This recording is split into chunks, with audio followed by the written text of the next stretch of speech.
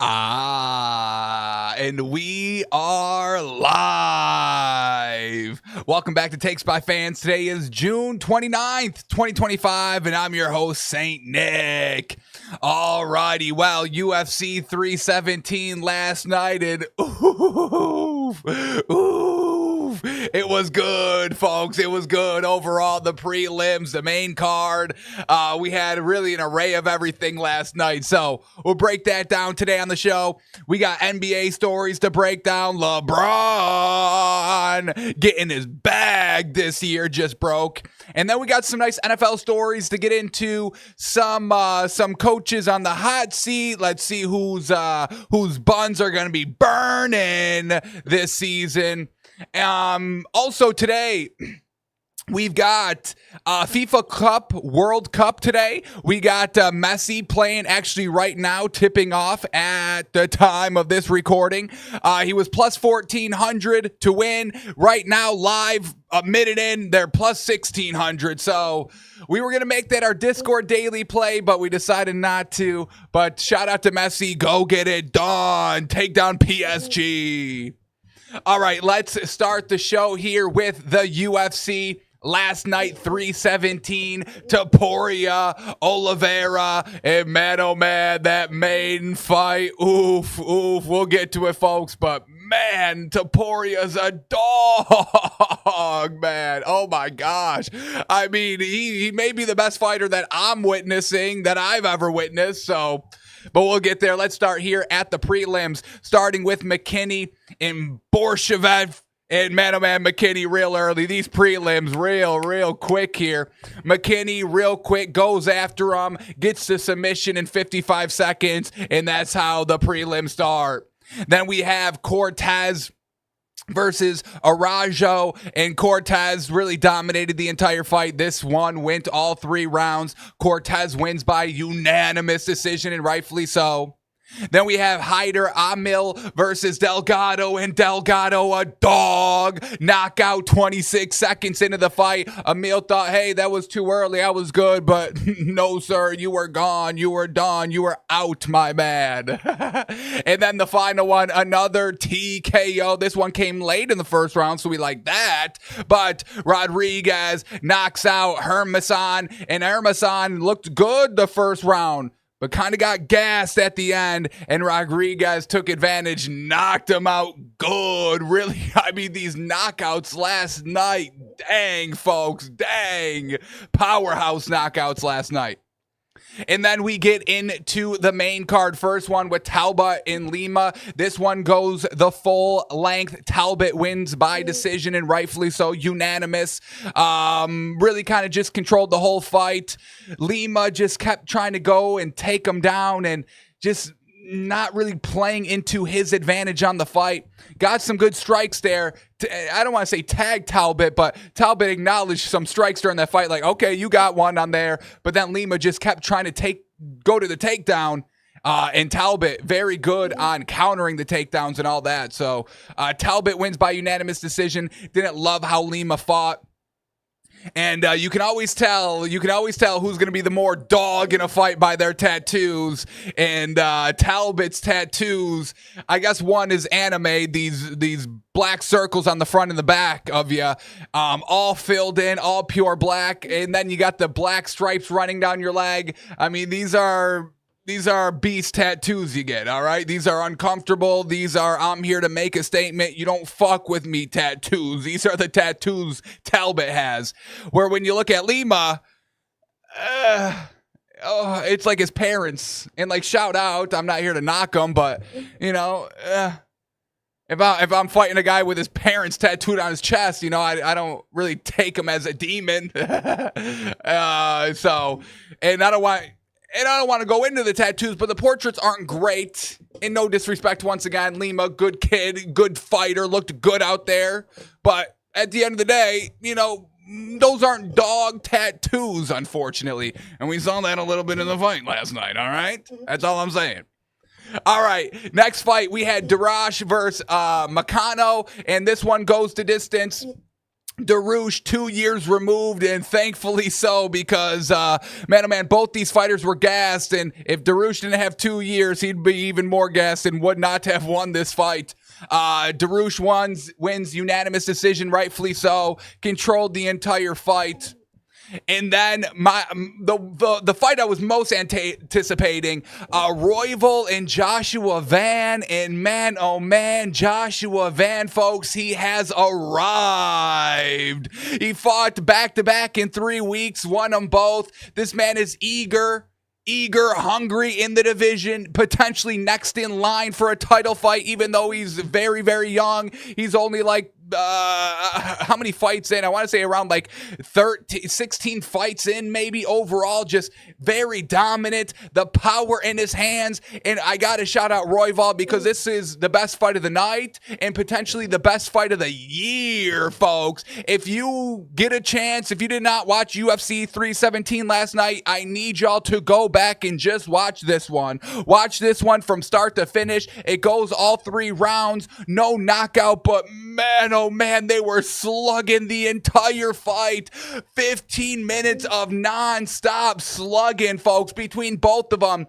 Big shots, great shots. There's blood flying, folks. Really, really great. So shout out to Royval, shout out to Van. Van gets the win, unanimous decision, and rightfully so. Really controlled the fight.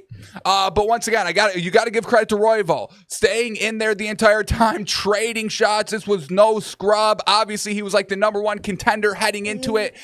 Van was like ranked 12th in the division. And now, I mean, after that fight, you got to skyrocket Van into easily the top 3. You could put him the top 1 contender in the division. But you got to watch out for Joshua Van. Definitely watch the fight if you can. Total strikes, folks. Total strikes. Royval, 468 thrown. Van, 311 thrown. They were getting after it, folks, okay? Man, it's just so funny. Like, the significant strikes, Royval had 467. He only had 468 total strikes. So, I mean, folks, I'm telling y'all, this fight was amazing. All shots to the head and just going at it. I'm telling y'all, I'm about to rewatch it today. This was crazy. I got to get this on DVD. I got to get this in physical media so it doesn't go away from me, okay? I need to watch this on demand.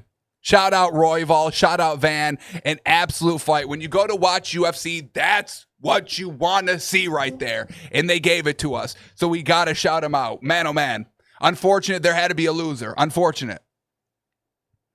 All right, and then we get into kind of the 2 main fights of the night last night for the belts. We had Pantoja and Kai Kara France. And I don't want to be the one to say this, but I'm going to have to say this, folks.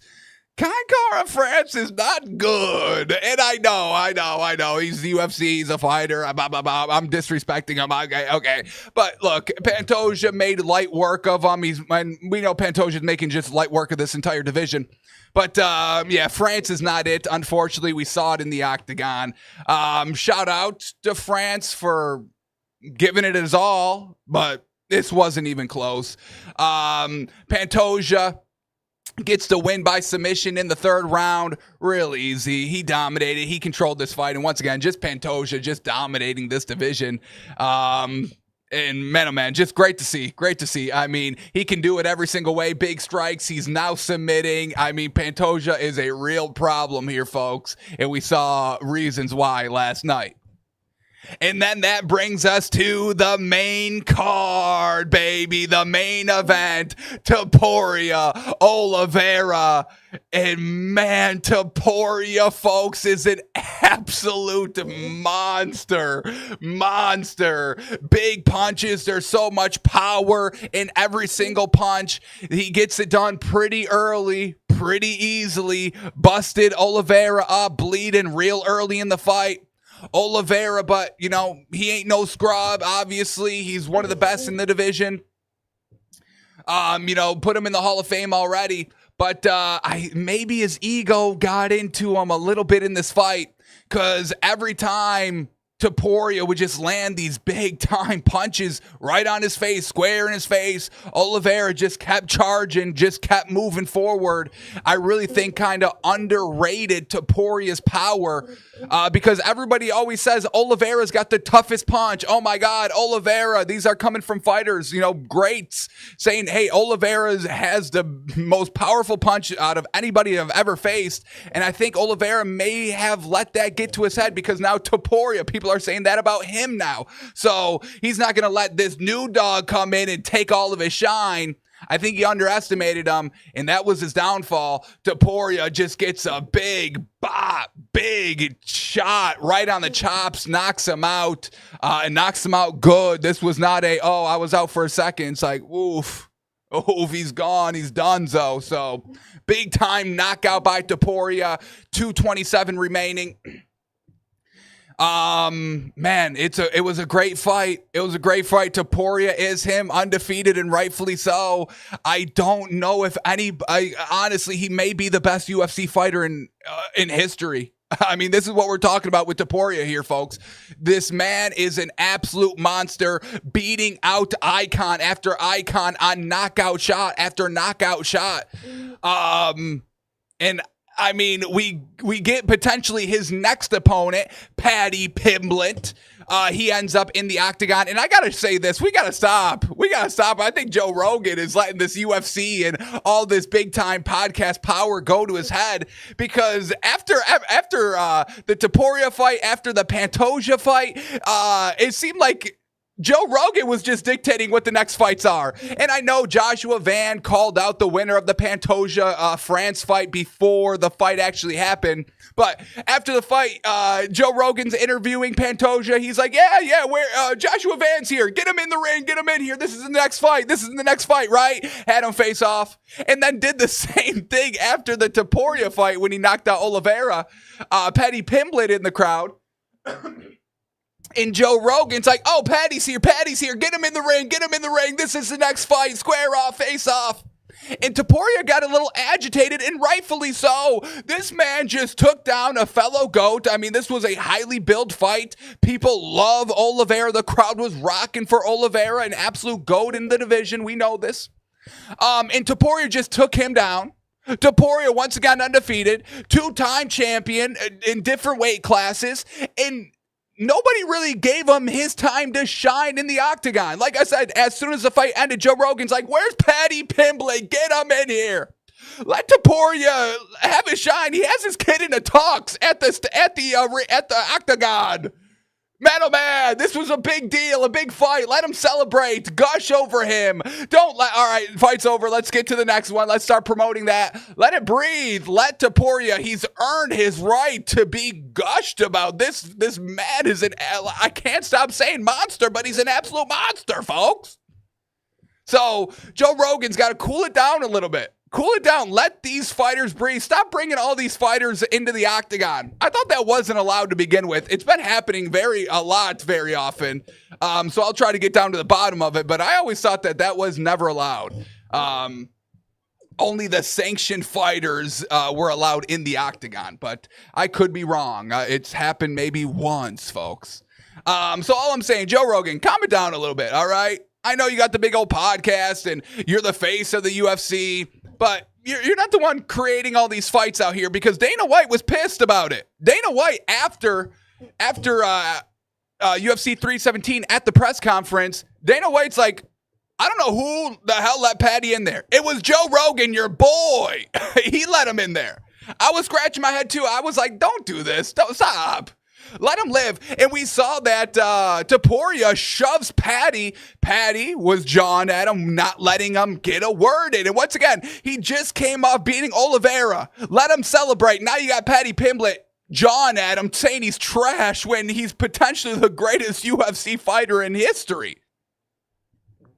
So really didn't like that they let Paddy Pimblett in there. Joe Rogan, I'm looking at you, my man. So here we go. This is Dana White after they had to face off. Obviously, they've got a long history together.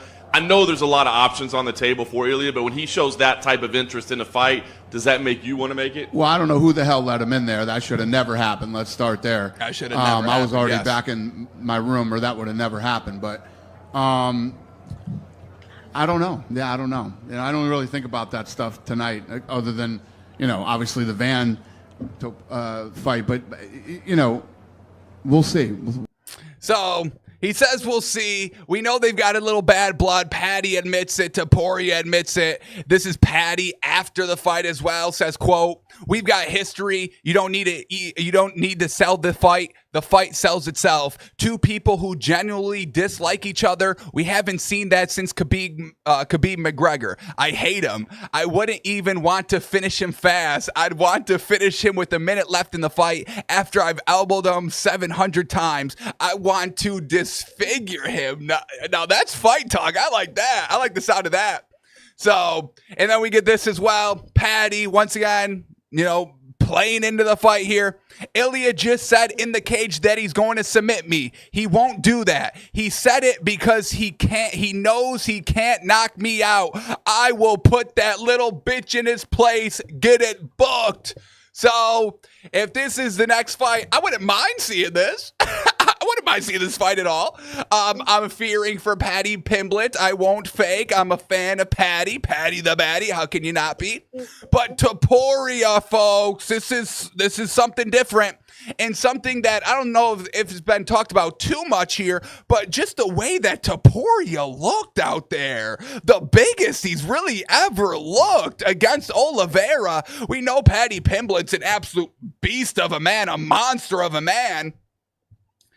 But this Topuria that we saw last night could obviously isn't going to match size for size of Patty, but he'll look okay against him. He won't look that stark of a difference size wise from the Topuria that we just saw last night. So if it's Topuria Pimblett for the next fight, I'm cool with that. I am cool with that. So shout out to Topuria. You deserved more shine. Patty Pimblett's trying to take all the shine away from you. But I still remember that fight, I'll tell you. Very good. Oliveira. Dang, dang, dang. And even Oliveira, he apologizes. This was earlier after the fight. I want to say it was earlier this morning.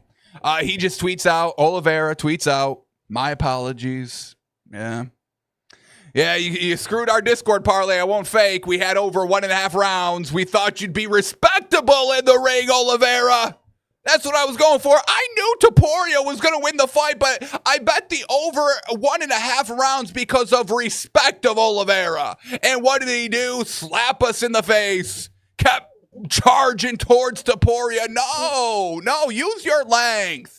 Get him back on the ground. He had him on the ground early in the first round, and he never went back to it. So, Oliveira, I think his ego got the best of him a little bit out there, and he screwed us over while doing it. Thanks. All right, so that was UFC last night. Absolutely fantastic. Next week is a free fight night, so you don't got to pay the $80, so that's going to be great. Once again, we'll watch the prelims. We'll probably make our daily $100 bet on the UFC card, so wait till next Saturday. More fights to come, folks. Who can impress us next week? We'll find out. All right, let's move on to the NBA here. Few stories to cover. And oh man, he's arrived. Ace Bailey has touched down in Utah. Everything kind of swirling, big rumors over since he got drafted. He doesn't want to be there. He's not going to show up. Oh, he is actually going to show up. He's just taking his time. Okay. But he is in person, so we could put the rumors to rest. Ace Bailey does want to play in Utah. He won't probably get traded. All right, breaking news here just came out probably half hour before we went live. LeBron James is opting into his $52.6 million player option. So he will be playing in the NBA this season. But everybody's kind of saying right now that maybe it's not 100% with the Lakers. This buzz is kind of swirling. Once again, as soon as this came out, this is starting to swirl. Even Shams is kind of reporting that the language that Rich Paul has put out there, kind of indicates maybe LeBron is leaning towards maybe potentially not playing for the Lakers. Now, I don't think that makes any sense, really. LeBron has his whole family in LA. His son drafted in LA. This is probably his last season. They are title contenders. We know they're just missing a center. They've got time to get that figured out. And I think a lot of people are just downplaying Luka Doncic. After this whole SGA thing, nobody wants to talk about Luka Doncic anymore. They've already kind of thrown him in the trash. He's trash. He's garbage. Nobody's talking about, him getting to the finals a few years ago and him being the face of the league conversation for the last 4 years. So really bizarre how people are talking about the Lakers. We told y'all it's great value to take them to win the championship at plus 1,400. So I'm not buying too much into this that LeBron isn't going to play here this year. But some of the quotes, some of the eye-catching quotes here are this: LeBron wants to compete for a championship. He knows the Lakers are building for the future. So some interesting talk on what they're saying. Rich Paul and, the Lakers organization. So we'll keep track of this, but I don't see LeBron leaving the Lakers. I don't see it happening. I don't know if they're just trying to force his story out there. We know how the national media is, folks. We've been, talking about it the last 2 weeks. But I don't see him not being a Laker. I mean, really, if he does leave, the only thing I could think of, and it would be an all right move, is that you go back to Cleveland, go back to the East this year, because you can run the East real easy. LeBron in the East, he could get to the finals himself. He doesn't need anybody else. That because the East is so damaged and diminished because of the injuries, unfortunately. But you go to the East 1 year, your last year, potentially Cleveland, you go back home, you go the full circle moment, you go all that, blah, blah, blah. You get to the finals, and then all you have to do is beat one series of a Western Conference opponent instead of going through the gauntlet of the West just to get to the easier Eastern finals. So, that could happen, but I don't think LeBron wants to live in Cleveland anymore. LeBron is too big time. It's unfortunate, but he is big time. You don't want to go back to rinky-dink Cleveland, and rightfully so. I mean, nobody even wants to play in Cleveland to begin with. So, I don't see him leaving, but I guess that's on the table, so keep a watchful eye. And I do just want to say this. Can we stop with this? Can we stop with this, folks? Because as soon as he picked up his $53 million player option, and I don't know if these people are being serious or if they're being smurfy, but either way, cut it out. We got people taking to Twitter saying this stuff. I keep telling y'all we'll never be true contenders as long as this cancer keeps robbing this franchise of money. Kobe always put the team first. Oh, stop it. Oh, stop it. This is LeBron James. This is his last, contract, last time to get money. He ain't taking no pay cut. Settle down. Okay. The greatest of all time on his last chance to get money. Oh, he's getting the full thing. We're not slandering LeBron for opting into the option to get more money. Stop this. Stop this right now. It's business, folks. Can't get mad. That was in the contract. That's the deal. That's the business. He's doing his business. Can't get mad. Nah, it's business, folks. The king deserves it. Stop with this. He doesn't. Oh, he should have taken less money. Oh, stop. Oh, stop. Last chance. You cash in as much as you can. If I'm LeBron, I'm like, I want more. I want more. Give me $75 million. What is $53 million? I don't want that. I want 75. I'm the king. I deserve more. Every pound that Luka Doncic lost this season, I want $1 million for it. I want $1 million for turning Luka Doncic into shape. I got him on the wine. He don't got that beer gut no more. He got that nice, elegant, red-stained lips. That's it. But he's skinny. That's fine. I deserve a cut of every pound he lost. So, shout out LeBron. You've earned your money. Don't let these people tell you otherwise.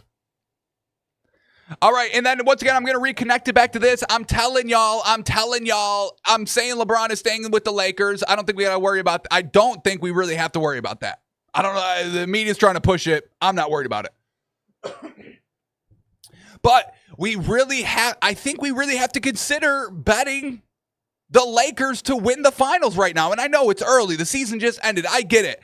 But folks, plus 1,400 with LeBron James, and once again, everybody just forgetting about how good Luka Doncic is.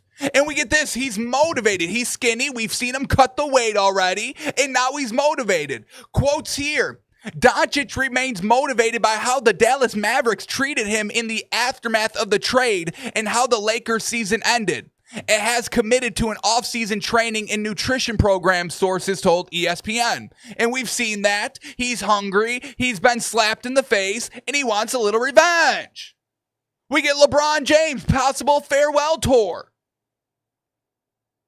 They're only a center away. That's all we keep saying. They're only a center away. And everyone's writing them off. Everyone's already betting Thunder plus 225. Oh, that's the better value. Blah, blah, blah, blah, blah.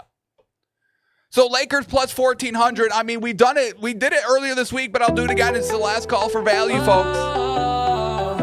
It will never get better than this. For value. Now, if LeBron James leaves, it does get better than this, and we got to sell our tickets because this is all pending with LeBron James, obviously. And once again, I don't think he leaves. This value is still plus 1,400. It's not budging any with this rumor coming around that he's not going to be there again. Not going to be there this year. Won't play. Yes, he picked up his player option, but won't play. I don't buy it. So bet the Lakers to win the finals, folks. It's great value at plus 1,400.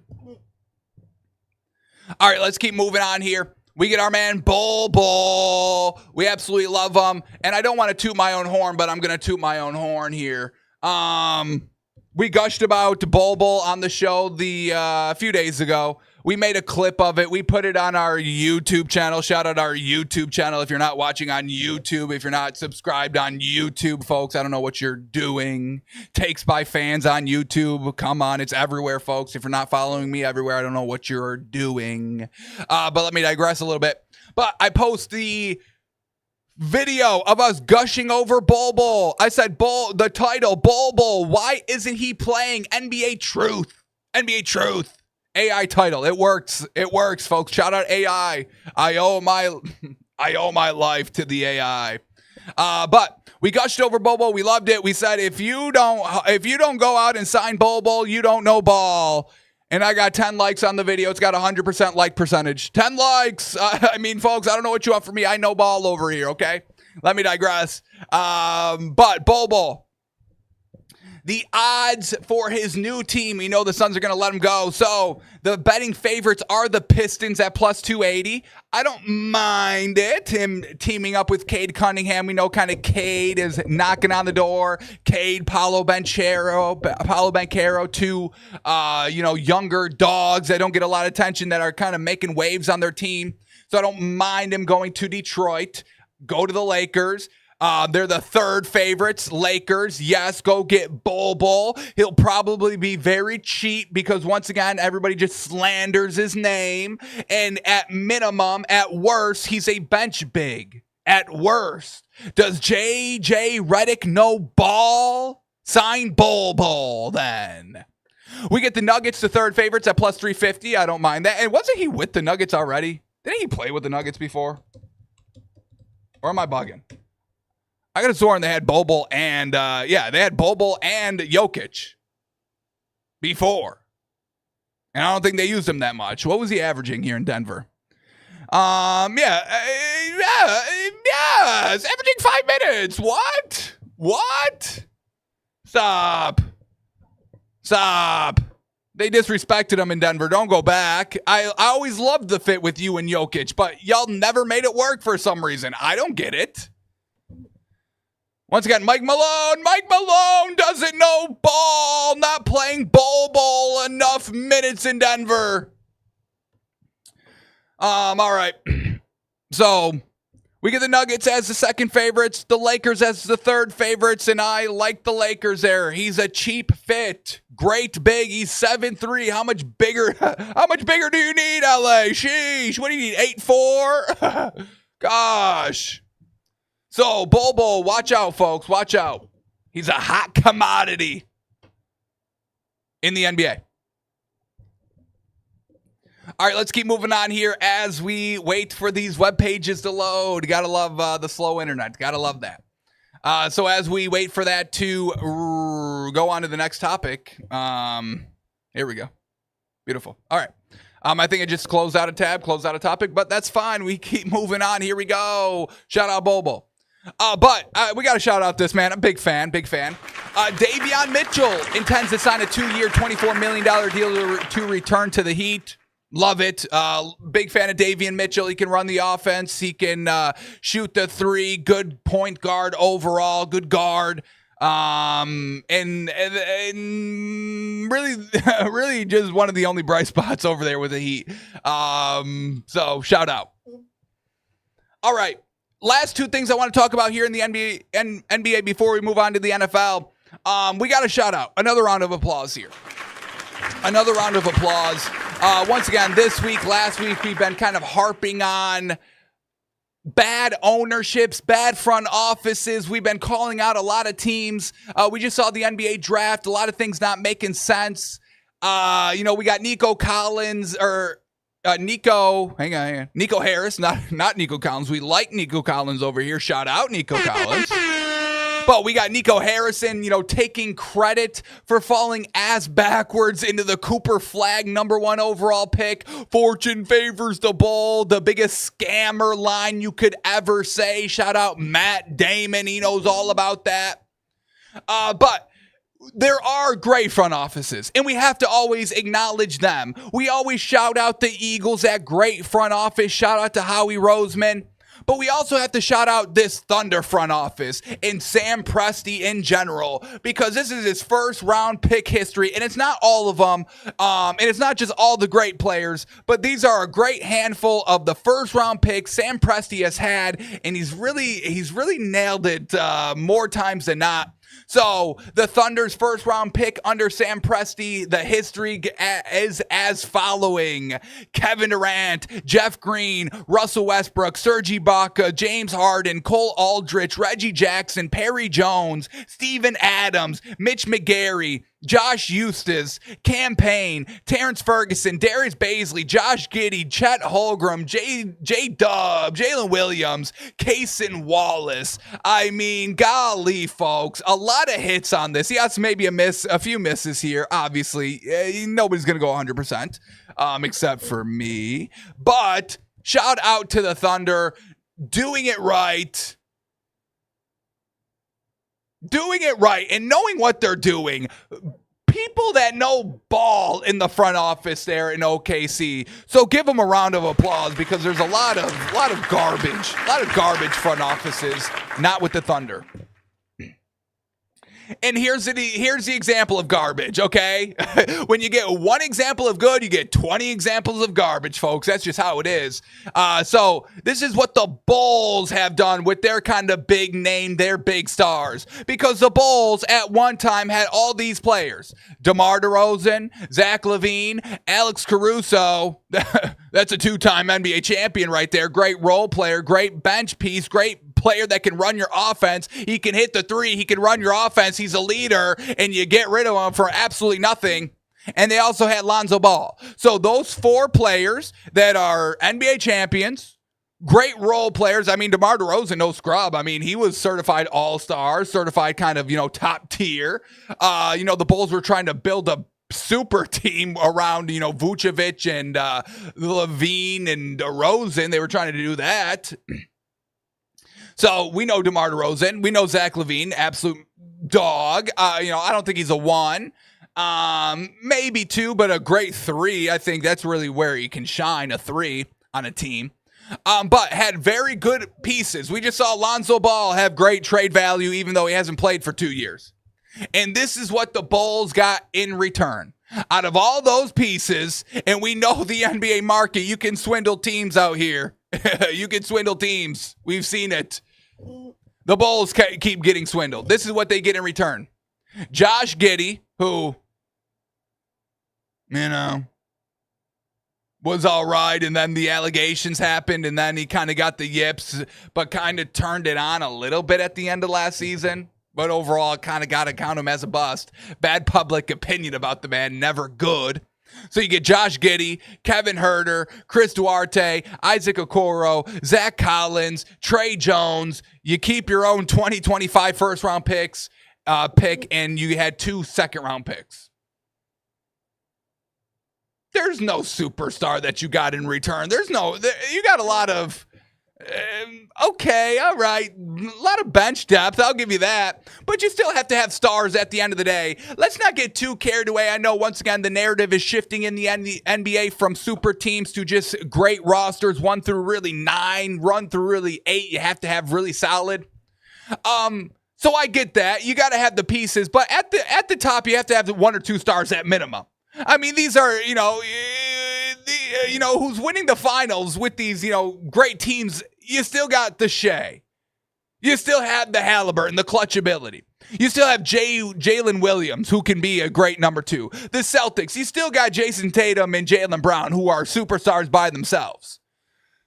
So yes, you need a depth, and you need great depth, but you still need that 1 or 2 stars at the top to really drive it all home. And the Bulls don't have that. They got a lot of depth. You still need that stars still. All righty. That is all I wanted to kind of talk about here in the NBA. So let's shift gears to the NFL here. And quickly, let's get a little live look in here. Inter Miami and PSG. And PSG is up 1-0. So we were close. We were kind of almost gushing about the plus 1,400 for Inter Miami to beat PSG. So a little glad we stayed away from that. But let's head over to the NFL. And folks, we're close. We're close here. Give it up. Clap it up. We are 10 Sundays away from opening kickoff in the NFL. So we're almost there. We're getting through it, folks. Day by day, week by week, takes by fans, one day at a time, folks. We're getting there. So, with a little celebration, a lot of people are cheering about it on social media, and rightfully so. So, let's get into the spirit a little bit. Let's get into that NFL Sunday mode, shall we? So, let's take a random NFL Week 1 game, break down the line, break down the value, see what we would bet game day, just to get into the NFL mood a little bit here, now that we got 10 Sundays to go. So, here we go. I'm covering my eyes. I'm choosing a random game. Let's go here. I mean, golly, folks, I leave my fin at the door. You know this. But the random game, and it was random. I know I got sunglasses on, but I really covered my eyes, and I was scrolling. Wherever the mouse landed is the game I chose, so don't come shooting me. But the random game, let's talk about it for Week 1 of the NFL. Dolphins at Colts. The line today, Dolphins plus 1.5 at minus 112. Colts minus 1.5 at minus 108. Colts at home, but this is easy. Dolphins money line. You keep your 1.5, Vegas. Are you out of your mind? Look, shout out, I'm gushing over the Colts. Daniel Jones is probably going to be the starter for this game. He should be the starter for this game. If it's Anthony Richardson, oh my God, we're gushing to the bank. I can tell you this value will get worse, so get it in now. If Anthony Richardson does play. But Dolphins defense, I think, is really going to set the tone early for us, early in the games and early in the season, as our offense, gets back up to speed, back into where we were. Once again, a little disconjointed offensively heading into the season for the Dolphins. Banged up last year, didn't play the last game. Tyreek Hill, that whole thing. So I think, once again, our defensive front is really going to carry the load for our defense. And I think it's going to be able to get to the Daniel Jones or Anthony Richardson pretty good here. Anthony Richardson, we're not really worried about passing the ball. And Daniel Jones, we know he can get a little shaken, a little rattled. And we got dogs pounding on the door. Now, I like the Colts. Once again, shout out. I like Daniel Jones. I love Alec Pierce. I gush over Alec Pierce. Josh Downs, they got great pieces. But this Dolphins defense, folks, it's going to be a difference maker. I'm telling you. I'm telling you, nobody's talking about us. Nobody's talking about the Dolphins because, once again, we're a meme team. We can't play in the elements. Tua's always injured. It's always the easiest punching bag in the NFL. It's the lowest hanging fruit. So everyone just keeps knocking us. Nobody sees the big picture of the Dolphins. Luckily, I do, and I tell it to y'all. But then y'all say it's me being a Fins homer. So once again, I can never win. The Dolphins can never win. But I try my dangdest. I tell y'all I leave my fin at the door. But loving the Dolphins here week 1, even with my fin off. I'm telling y'all, just wait and watch, folks. Wait and watch. I'll let you. I won't even keep pushing y'all. I'll let y'all come to the conclusion yourselves. All right. I won't force it on y'all. Y'all just wait and see. That's fine. I just ask y'all to wait and see. I know it's going to happen. I know the Dolphins are going to be good, and we're going to be competing for that division, and Tua's going to be competing for the MVP. But I'll just let y'all wait and see, all right? Keep an open mind. That's all I beg. I beg thee to keep an open mind on the Miami Dolphins this season. That's all I ask. The minimum, keep an open mind. So, lock it in now. Dolphins plus 100 on the money line. Week 1 against the Colts. Keep your point and a half. I don't want it. Your sympathy point. Keep it. I'll take the value. So, 10 more weeks, folks. 10 more weeks until we're really in the thick of it. So, get ready. All right, let's keep going on with the NFL. And we saw this story break yesterday, but let's read the article.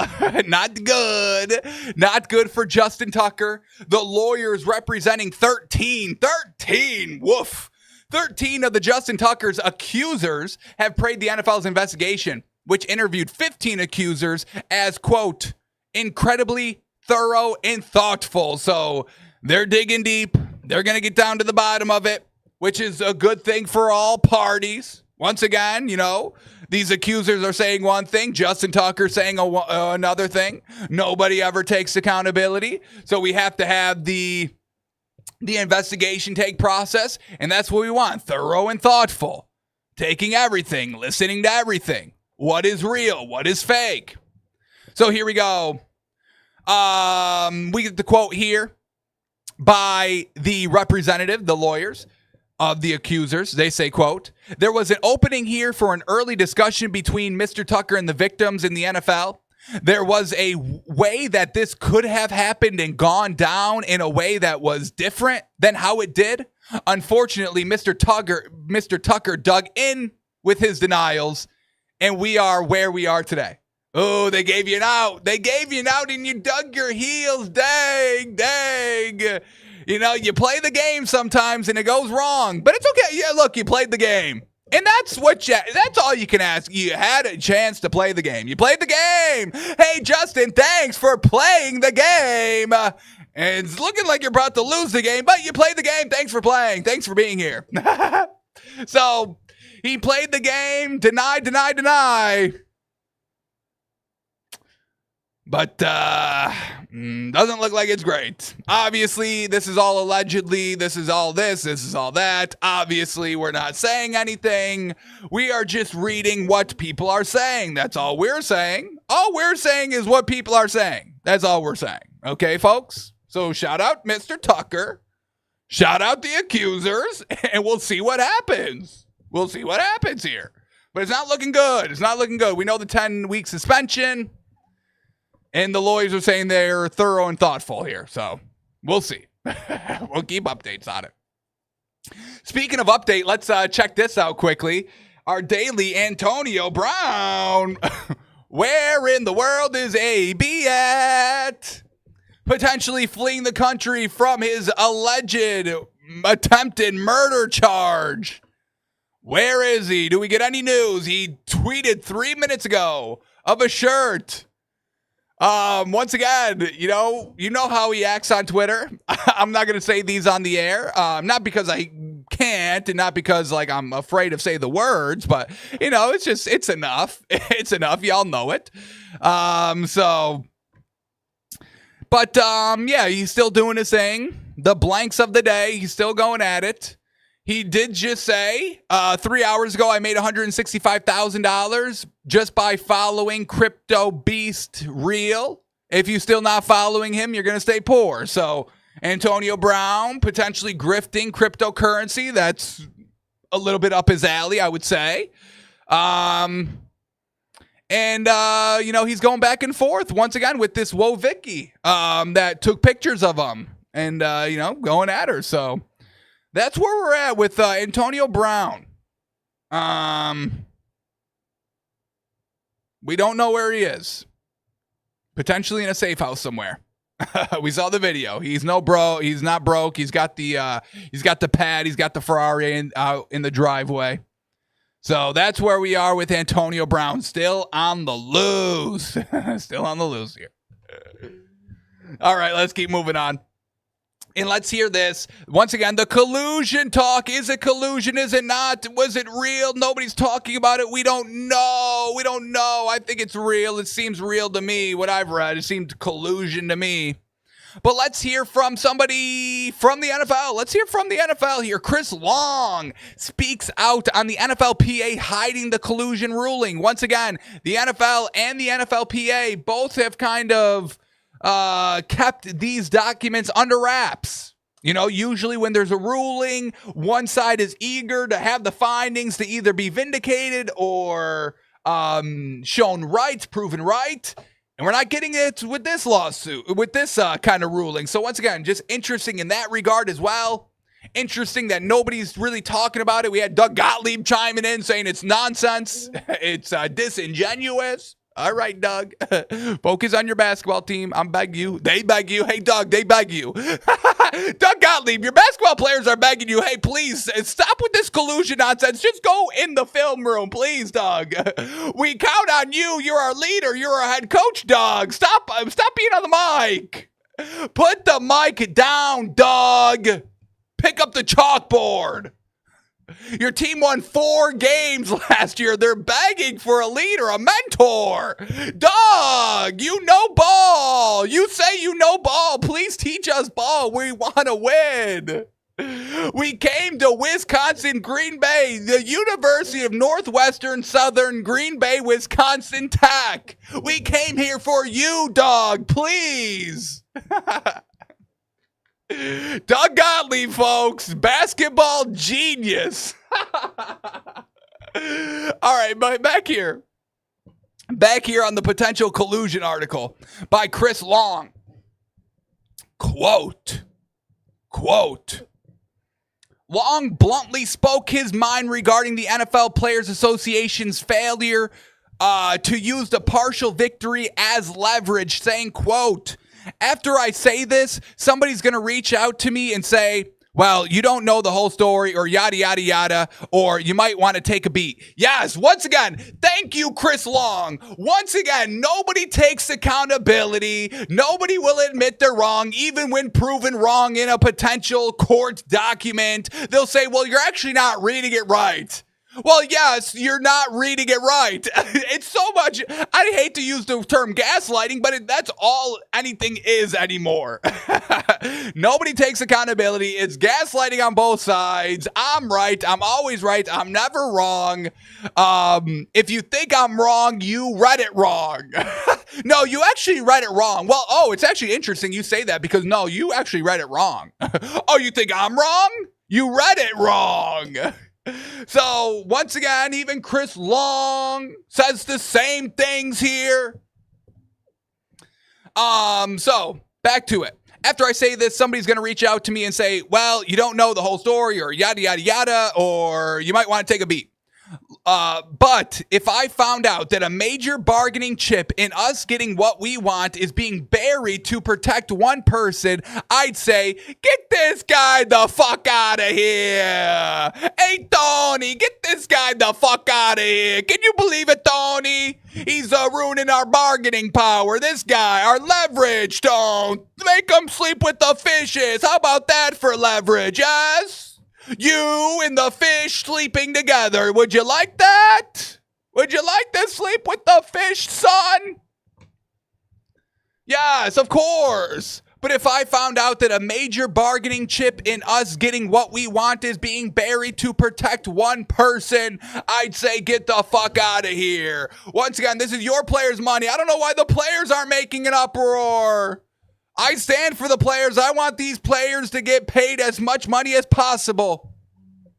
That's always been my goal. I'm never anti-money. You'll never catch me being anti-money. If I ever start feeling anti-money, then I've been bought. And I'm sorry, but the money just was too good.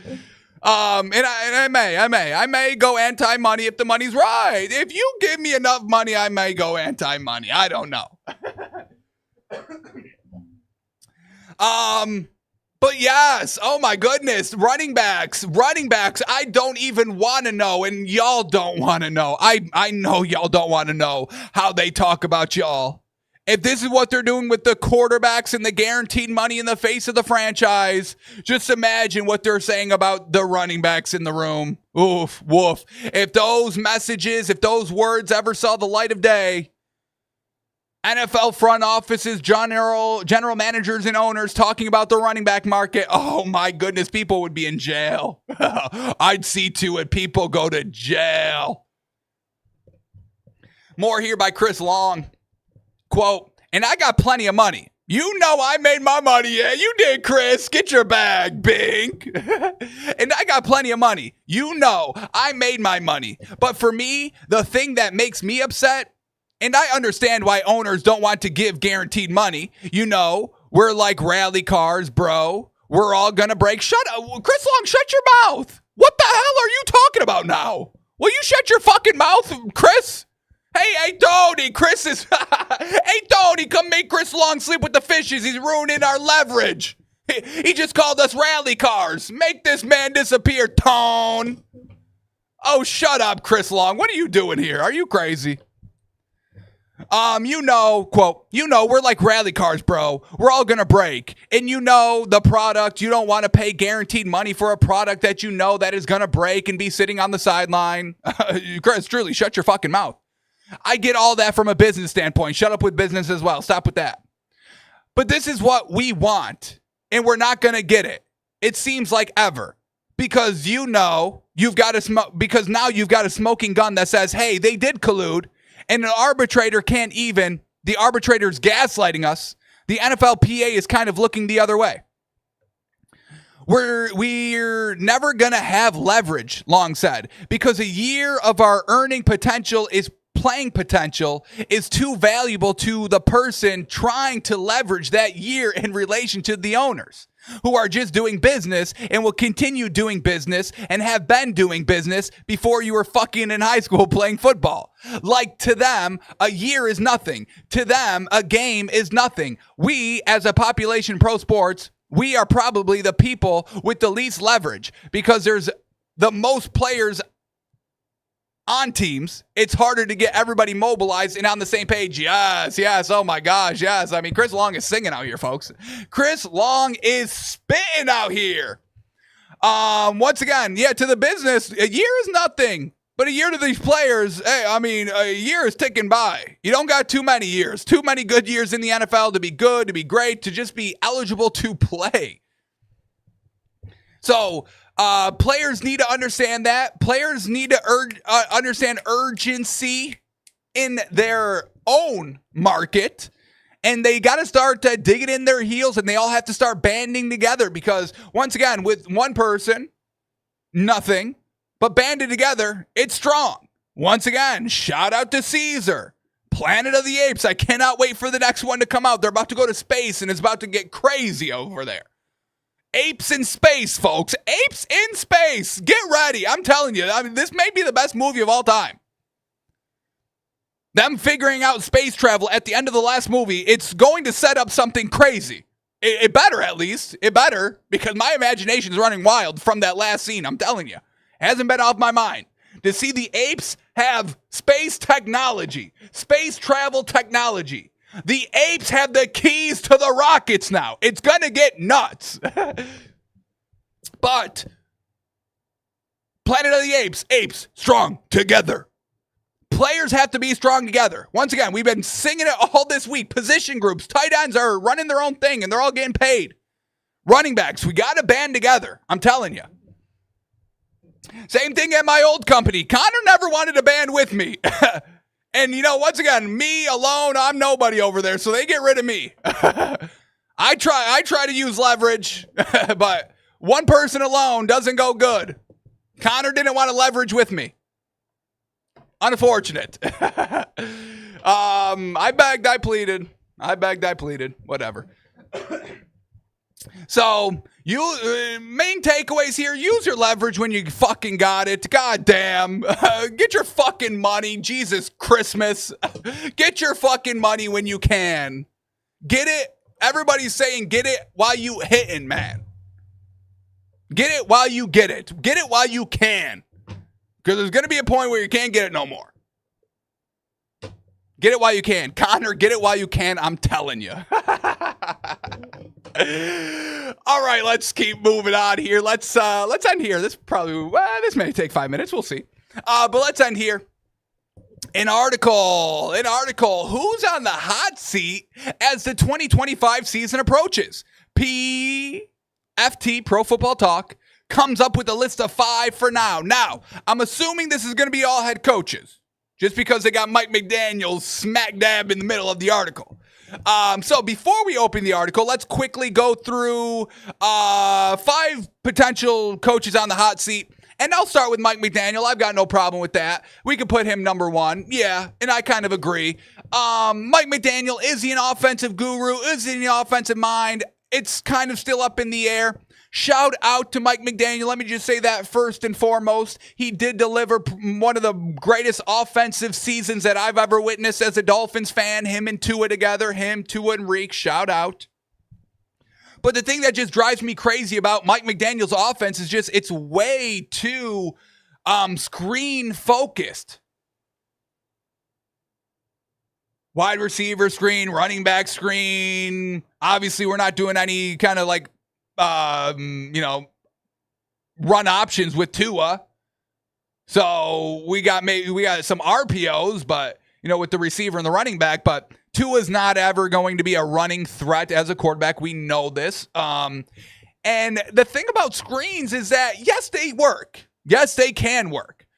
But when you're known as the screen team, it doesn't work anymore. When they know screens are coming, it will never work. You just be pressed up at the line. We know we're going kind of dink. We still keep 2 over the top because we know what Tyreek Hill can do.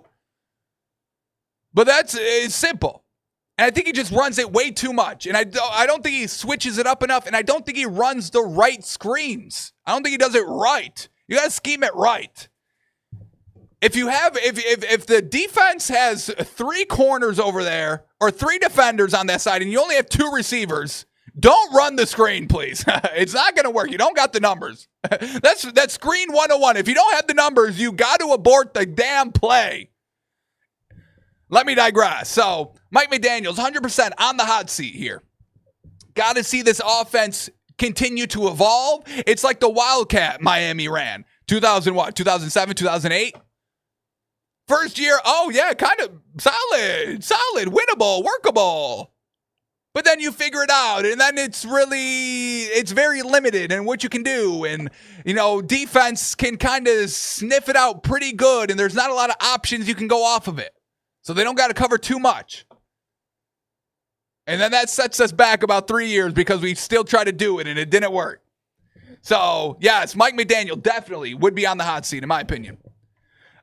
Quickly, just going through the teams. That's what we're doing before we open the article to find what they count as the 5 coaches on the hot seat. And we get the Bills here, and I'm going to say McDermott, a little bit on the hot seat. Is he a good coach? We don't know. Is he underperforming with the talent that he has? We know Josh Allen's great. They had, a star-studded offense, never could get it done. They lose their offense, and they're still fine. The defense, it doesn't lock in the 13 seconds, but he's supposed to be kind of defensive-minded. Shout out Sean McDermott, great person. I'm not here to knock. I know his struggles. Settle down, folks. but I don't know if he's the coach. This underachieving. We've got quote unquote good coaches just underachieving. Sean McDermott, Harbaugh with the Ravens. Like, what the hell is going on? Why is this team so unbeatable in the regular season, but the playoffs come and then it's like y'all never played football before, or y'all like stop using Lamar Jackson on what worked and then turn him into just like I don't even know. Like, it's just so bizarre. It's bizarre watching the Ravens from the regular season to the playoffs. Why is that, Hart? What are you doing? Like, I know he's got the ring and he's been there forever, but underperforming on what you have. Is it like an urgency issue? Is it a winning issue? Do you know how to close out games? Like, we may have to move off of Harbaugh. Same thing with Mike Tomlin. The Steelers fans are very upset. The Steelers fans have been kind of calling for y'all to get rid of Mike Tomlin, every single year, but you keep re-signing him. Once again, very good in the regular season, always tough. But then you get to the playoffs and it just never really translates. Why? We can't just be regular season teams, especially in the NFL. Can't. So I would even say, Sean McDermott, a little match under his tush. Harbaugh, little match under his tush here. We are underperforming with our quote unquote great coaching resume. We get DeMeco Ryans instantly, head coach, turning a trash team around. I mean, bango, going back-to-back playoff wins. Potential new coaches in the league getting it done. Might have to have a little bit of the changing of the guard, and it's unfortunate. Everyone loves nostalgia. Everyone's like holding on to, their great time that they remember. Nostalgia holds society back, folks. I'll say it. I'll be the one brave enough to say it. Nostalgia's trash. Stop it. Stop it with the nostalgia. It's weaponized against you. I just want y'all to know. We're getting deep here today, folks, on the episode. So Sean McDermott, Harbaugh, Mike Tomlin, all little matches under their tush. Bengals head coach Zach Taylor, a little bit. I mean, once again, you're the head coach. You got to be responsible for the entire team. You can't just be like, well, I run a good offense, so you can't fire me. No, you're the head coach. If you just want to do offense, schmoffense, okay, then be the coordinator. But you wanted to be the head coach. You got to get this fucking defense figured out. Damn. So really the whole AFC North, little fire under their tush besides Kevin Stefanski of the Browns, because it's the front office that really ruined that team. And we're not even, we said it yesterday on the show, we're not taking this Cleveland Browns team serious until 2029 when they move into their new stadium. So they got 4 years to do whatever they want. I don't care. AFC South, no real coaches on the hot seat. Jags, Titans, new coaches. Colts, they're fine. They're figuring out their quarterback. Texans got one of the best coaches in the league. AFC West, Andy Reid is fine. Harbaugh for the Chargers is fine. Sean Payton for the Broncos is fine. Raiders, Pete Carroll is fine. He just got there. NFC East, Eagles coach Nick Sirianni's fine. They got Big Dom, so they're fine. Washington Commanders, Dan Quinn just came off a great season. He's got no fire under him. Dallas Cowboys, yes. I mean, it's a short leash for Schottenheimer. Schottenheimer over there, trash, potentially. Even though this is your first year, you're on the hot seat. Brian Daboll for the Giants, 100%. Once again, we don't know if he's a good offensive mind, and we don't know if he's just a good leader in general. We see him yapping and barking at his team all last season. Really don't like that. You've got the pieces in place. You've got the quarterback finally. A workable quarterback is Brian Daboll. This is definitely hands down number 2. Mike McDaniel, Brian Daboll definitely have to be on the hot seats here. NFC North, Dan Campbell for the Lions. No, he lost to everybody. He's fine. He's a good coach anyway. Kevin O'Connell for the Vikings. He's top tier. Matt LaFleur for the Packers. That's fine. He's fine over there. Eberflus. Bears just got Ben Johnson. He's not going to be on the hot seat. Bucks, they just re-signed. What's his name? Todd Bowles, shout out. Raheem Morris. On the hot seat for the Falcons? I don't really think so.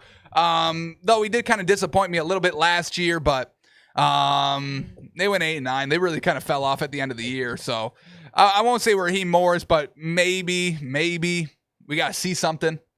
Panthers, Canales, he's definitely not on the hot seat. He turned that team around, got Bryce Young back in action. The Saints, I don't even know who the hell their coach is. Who cares about the Saints this year? They can do whatever they want. Nobody's expecting anything. If they win a game, it's a win. If they win one game this season, it's a win season for the Saints. No hot seat over there. The Rams, no, with Sean McVay. The Seahawks, once again, they got, kind of a new guy over there, second, third year, so no hot seat. Cardinals, yeah, I would say I'm going to put him on the hot seat list.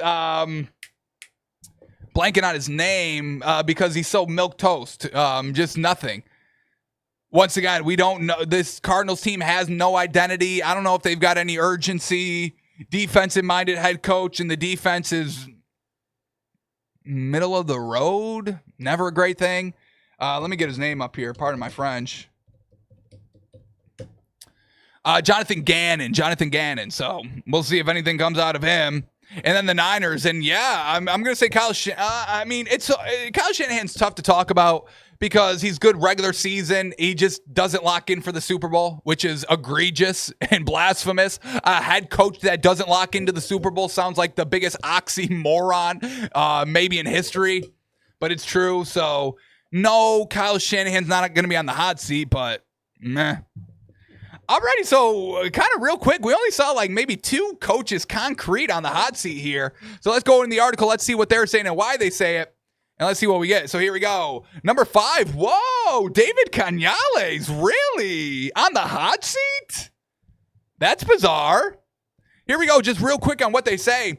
There's a glass half full vibe around the Panthers, given that they finished relatively strong in 2024 after a disastrous start. And I agree with that. If that comes to fruition for the 2025 Panthers, all will be well. If the wheels come off, it could spell doom for Canales, who enters his second season on the job.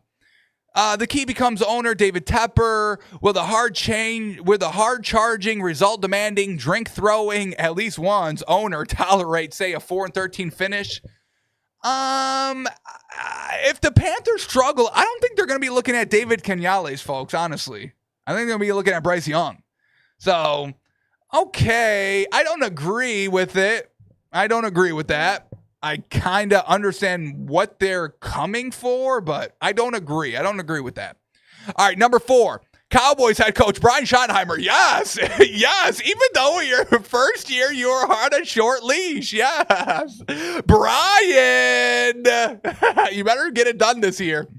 The key to knowing Schottenheimer's job security is to know whether and to what extent he has guaranteed money beyond 2025. Usually head coaches enjoy at least 3 years of guarantees, but there's nothing usual about the hiring of Brian Schottenheimer. So no guarantees in his contract, all that, blah, blah, blah. And we know how Jerry Jones is.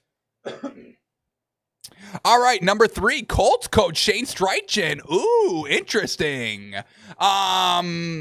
All right. I don't necessarily agree. Once again, I mean, Anthony Richardson is probably not it. And I don't think it was Shane Steichen that benched him after he took himself out of the game. It was really a big overreaction, and I don't think it was in Shane Streichen's hands. I don't think he would have done that by himself. Daniel Jones is good, in my opinion, and I think he can make him work. But the fact that we're going to kind of can him over Daniel Jones and Anthony Richardson, I mean, if the Colts finish bad and you have a chance to get a good quarterback, like a franchise quarterback in the draft, because we know this draft class for quarterback is probably going to be solid, I would still keep Shane Steichen. I don't like this list so far. I agree with Brian Schottenheimer. I agree with that. But the other 2, I don't agree. Number 2, Giants coach Brian Daboll. Yes, now we're back. Now we agree.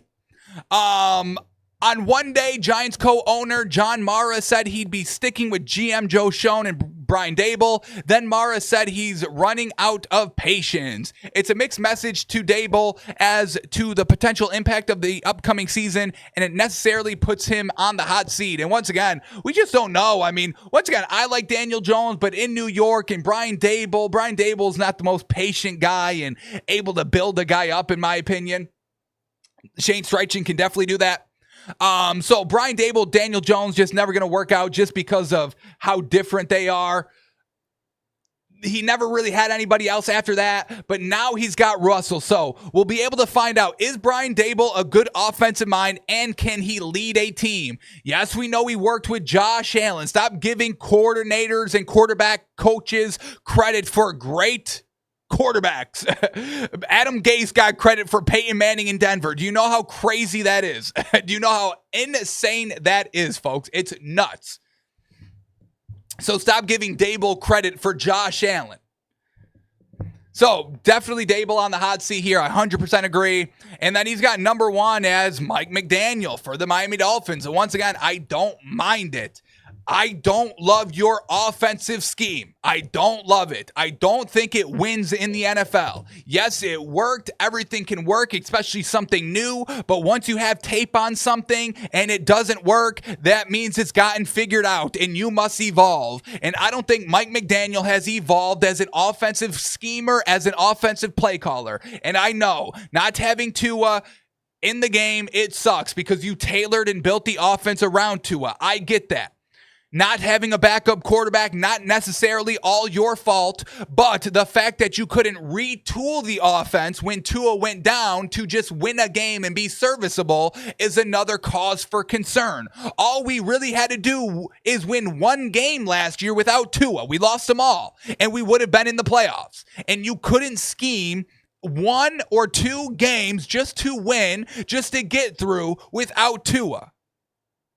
Because Tua's so goddamn good that he makes everybody look good. Do we get it now, folks? That's how good Tua is.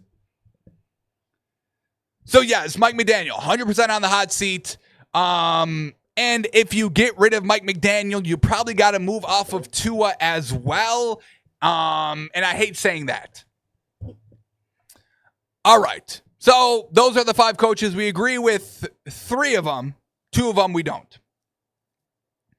Alrighty, let's quickly check in on the PSG game. Is Messi coming back? Oh, no, he is not. They're down 4-0. Woo, good thing we stayed away. Good thing we stayed away. We almost sprinkled a little something just because of Messi, but they're getting absolutely destroyed here. Alrighty, folks, that is going to do it for us today. So I appreciate y'all hanging out, tuning in. I am going to say there is no night show today. I am retooling a little bit, but be on the lookout for Tuesday when we kind of unveil something a little different. We're not going to have night shows every day. We still will throw in a night show here or there, especially during the NFL season on Thursday night football and kind of late night football. But we're going to start doing a little bit of a more midday open stream from 3 to 6, 3 to 7. So we're going to be starting that on Tuesday. I'm getting everything kind of worked out over here, making sure it's looking right and how I want it. So be on the lookout for that. 3 to 6, 3 to 7 daily live stream, where we're just looking at the book, we're finding the value for the day of sports, and we're hanging out, we're reacting to breaking news and breaking stories. So be on the lookout for that. 12 to 1, the show, like we always do, and then a 3 to 6, 3 to 7 live show where I want to hear from y'all and, talk betting and all that. So be on the lookout for that. That should be starting on Tuesday. Tuesday, folks. Tuesday. Alrighty, so that's going to do it for us today, folks. I appreciate everybody tuning in and hanging out. Get a good rest of your Sunday. Gear up for Monday. And we'll see you tomorrow, folks, on the show and talk everything that needs to be talked about. What is happening? We'll stay on top of it. All right, I appreciate y'all tuning in and listening. Appreciate y'all, and we'll see you tomorrow.